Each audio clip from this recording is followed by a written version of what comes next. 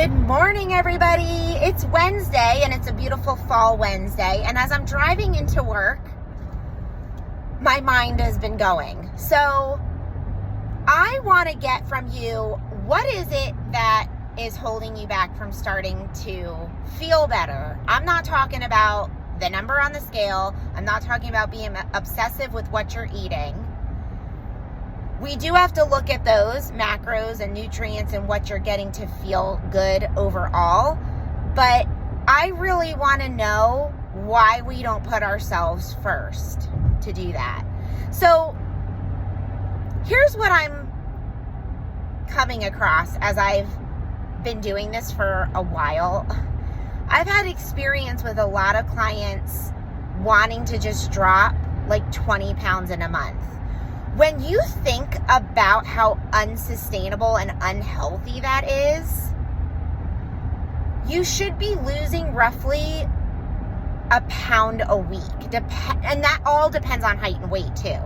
So it's not going to be the same for everyone. But here's the thing. If we are not hiring a health coach and you're struggling, why aren't you doing it? Because in the end, the amount you pay to hire somebody to help you get healthy emotionally, mentally, physically is where the magic happens. It's not going to happen with a doctor and spending tons of money on copays, and maybe your insurance isn't going to cover this or that, and then maybe you need to get a procedure done and this is how much it costs, and it's a whole cycle of issues. So to follow up with that, I am all about whatever you want to do to get healthy. If you're really struggling, you've actually been sticking to something, you've been getting more movement in and weight just isn't seeming to come off, or you're not noticing inches lost and you need help with a weight loss drug, whatever, I understand that totally. If you are only taking a drug though to lose weight but not actually working for it, that's where I have an issue. Because you're going to take something for say 12 weeks and you're going to go right back to what you were doing when you get off of that. Yeah, your appetite may be different and you may be taking in less calories, but is that really what your body needs? Is there a reason why you're more hungry? Is it because you were having more carbs? Are you not eating enough protein? There's a lot that has to do with that. And sleep and stress is a huge deal. So if you are not getting those things in check the natural way, your brain will not understand how to cope with those things when you are off of those medications. So if that makes sense. Again, I'm all in support if that's like a need and it's a last resort. The other thing I want to mention is how we have to be patient with ourselves. Do you remember starting a new job and it took way more than 1 week to get used to it?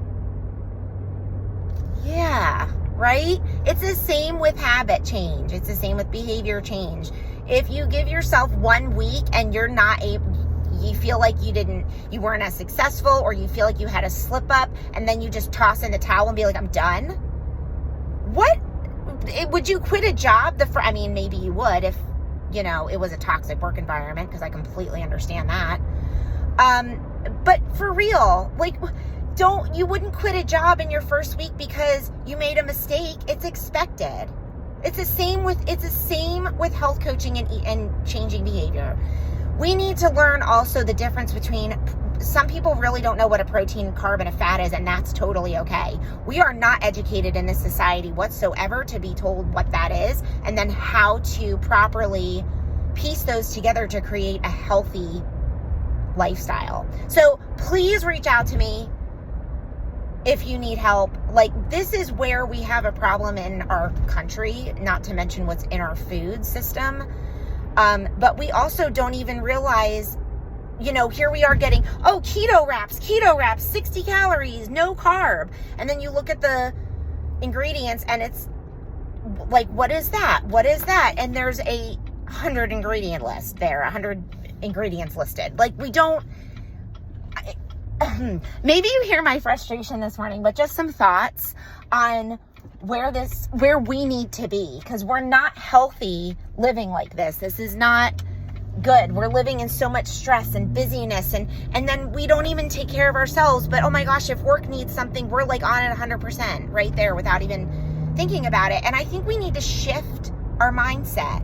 So if you're hearing this and you need to shift a mindset, and remember, a week is not going to do it. You've got to give yourself at least a month or two.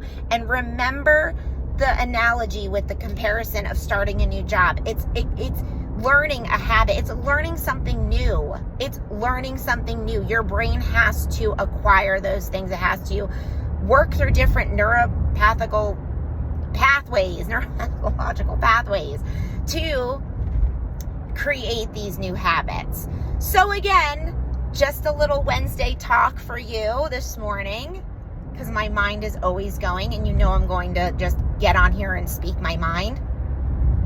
I am all in support of what you do, but coming from experience, I've had clients go on medications for weight loss, and then they come back to me and say, I should have listened to you, and I shouldn't have been having that many drinks in the week, or I shouldn't have been going out overeating with pizza every weekend. And that's the thing, is you can still have a pizza, but in moderation, right? So we have to learn these new behaviors, and it will take time. So please give yourself patience. Again, I am here for you. I understand if starting a new meal plan and lifestyle change right now is kind of a funky time of year, but keep me in mind for the new year. I am here to help you, and I wish you all a great Wednesday. All right, see you later.